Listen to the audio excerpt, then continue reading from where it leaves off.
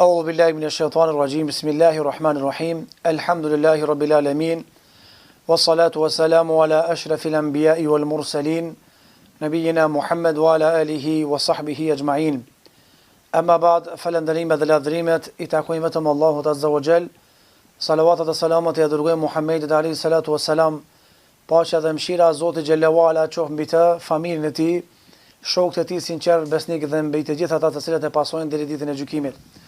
Të nderuar agjërues dhe agjëruese, jemi në ligjëratën e radhës tek cikli i ligjëratave emrat e bukur të Allahut azza wa jall.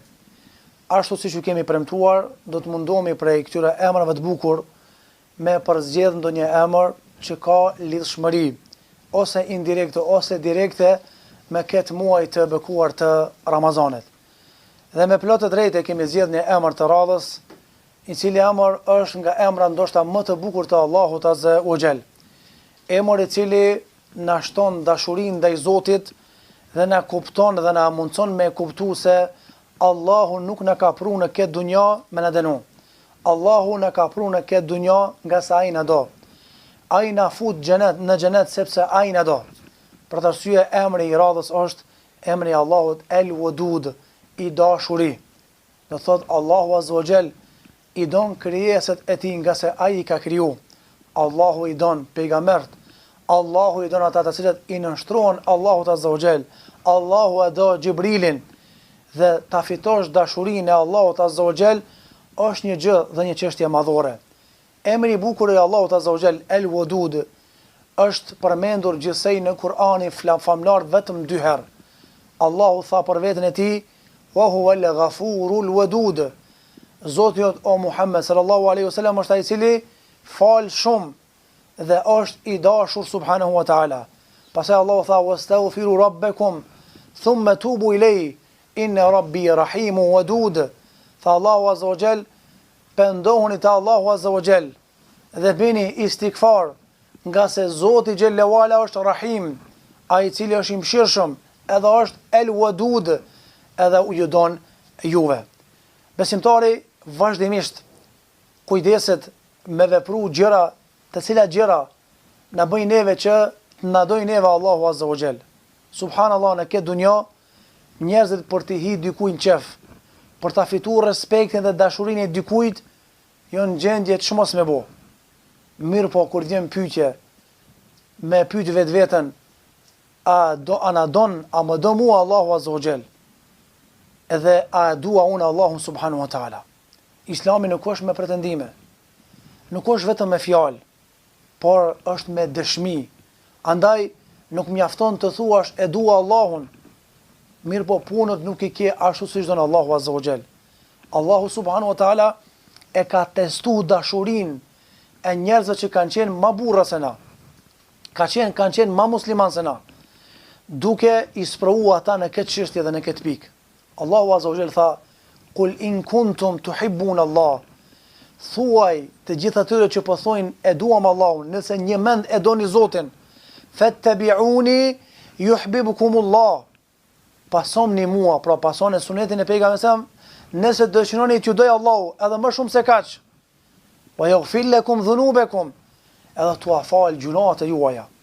Andaj dëshiron agjëruese të dojë Allahu azza wa jall, pasoje sunetin e pejgamberit alayhi salatu wasalam, jetësoje Ramazanin që ka jetësuar i dërguari i Allahut. Nëse dëshiron me fitu dashurinë e Allahut, edhe faljen e Zotit xhallahu ala. A dini çka do thot me dashur Allahu azza wa jall? Është një ndjenjë që nuk përshkruhet me fjalë. Është një ndjenjë që ngjall emocion në zemrën e agjëruesit dhe agjëruesës. Është një ndjenjë që është madhështore. E shijon vetëm ai që e përjeton. Ka thonë pejgamberi alayhi salatu wasallam një hadith madhështor: "Idha habba Allahu azza wa jall fulan", nëse Allahu do filanën, nada Xhibril, e thret Xhibrilin, edhe thot: "O Xhibril, unë e du filanin, duaj edhe ti." Pastaj e do Xhibrilin filani. Pastaj Xhibrili thret melekët që janë mbi 7 kaçej. Edhe thot: "Allahu e do filanin, Xhibrili e do filanin, duajeni edhe ju." E duan edhe melekët.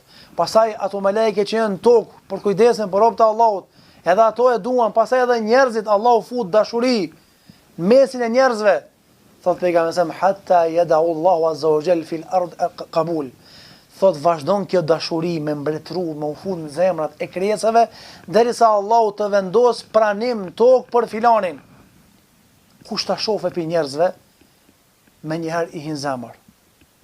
Kush takohet për herë parë me të, kur largohet nga takimi, thot, kisha dëshirë qef me nejt me filanin. Kam dëshirë të takoj prap, kam dëshirë të flas me to prap. Edhe dikush e pyet, pse po e do filanin me takimin e parë? Prej nga kjo dashuri, vallahi thot nuk e dim, ka hyrë në zemrën më njëherë. Kjo është kur Allahu vendos kabul, pranim për dikën tokë, se e don ai i cili është mbi shtat ka qej subhanahu wa taala. A dëshiron Allahu me dasht, ka gjëra të ndëruar, agjëruese që nëse na i veprojmë, Allahu na don. Për shembull, Allahu azza wa jalla thot, inna Allaha yuhibbul muhsinin. Allahu i don bamirësit. A dëshiron me fitu dashurinë e Allahut, bëhu bamirës në këtë muaj të bamirësisë që pejgamberi sallam e ka shtu dozën e bamirësisë në këtë muaj të bamirësisë sallallahu alaihi wasallam. A dëshiron me fitu dashurinë e Allahut azza wa jall, mundohu me u bë i devotshëm dhe këtë mundësi për të pajisur me devotshmëri e ke pikërisht në këtë muaj të bekum të Ramazanit. Zatën edhe realiteti dhe qëllimi final i agjërimit çka është? La'allakum tattaqun. Ua kam bërë obligim agjërimin që të bëni të devotshëm. E Allahu çka ka thonë? Inna Allaha yuhibbul muttaqin. Allahu i don njerëzit që janë të devotshëm. Shtoja kësaj innama yataqabbalu Allahu min al-muttaqin. Allahu me vërtet i pranon punë të mira për njerëzve të devotshëm. Pastaj nëse don me bë punë edhe më shumë se këto, ka edhe punë të tjera. Allahu azza wa jalla ka thonë inna Allaha yuhibbul mutatahhirin. Allahu i don ata që pastruhen fort. Që ndoshta pak kush prej neve e mban pastërtinë e tij trupore, higjienën e tij trupore. Pastrimi përfshihet apo është dy llojesh. E para është pastrimi esencial brenda në zemër. Me pa zemrën pastër nga shirku, kufri, urrëtia, xhelozia, menjëmallësia. E dyta është pastrimi i jashtëm me qenë me abdes. Me marë gusull, kur është koha me marë gusull, me mbajt vetëm pas rrobat, vendi ku falesh. A dëshon të shtojmë edhe diçka më tjetër që ta fitosh dashurinë e Allahut, është edhe me u pendu fort te Allahu azza wa jall.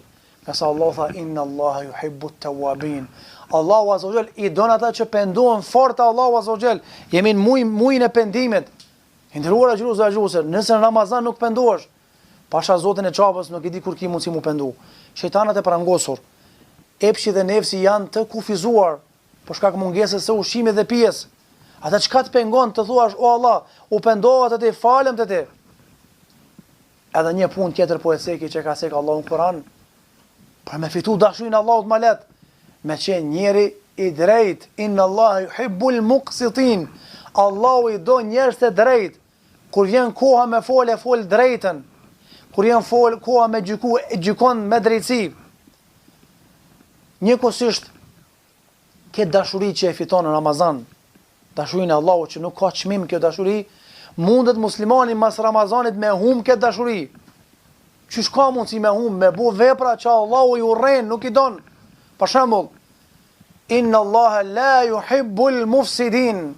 Allahu azza wa jalla nuk i do ata që bojnë fesad në tokë. Inna Allaha la yuhibbul musrifin. Allahu nuk do ata që e teprojnë në shpenzim. Muslimani është i pasur, mirë po shpenzon me karar, nga se teprimi në shpenzim është kapërderdhje e pasurisë. Për të arsye Allahu kur ka fol për robërit e tij të zgjedhur në surën Furqan ka thonë walladhina idha anfaqu lam yusrifu wa lam yaqturu wa kana bayna dhalika qawama. Robët e Allahut të devotshëm sinqert kur të japin sadaka apo kur shpenzojnë pasurinë, as nuk e shtrengojnë kopraca, as nuk e shkapërderdhin, janë mesatar në këtë punë. Sa Allahu ka thonë wa kadhalika ja'alnakum ummatan wasata. Na ju kemi bëu juve ummet mesatar.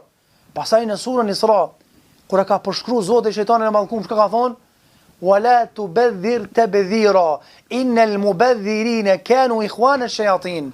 Dhe mos e shkapërder, Mos e harxho pasurinë pa nevojë, në mënyrë banale, pa pas nevojë me tepru në shpenzim. Pse? Innal mubadhirina kanu ikhwana shayatin. Nga se teprusit në shpenzim i ngjasojnë shejtanit të mallkuar, e di që shejtani është njeri që e ka refuzuar Allahun azza wa jall.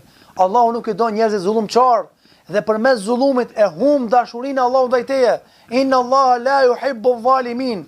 Allahu nuk i don njerëzit e padrejt, edhe gjërat e tjera të cilat e hëzbehin edhe humbin dashurinë Allahut azza wa jall.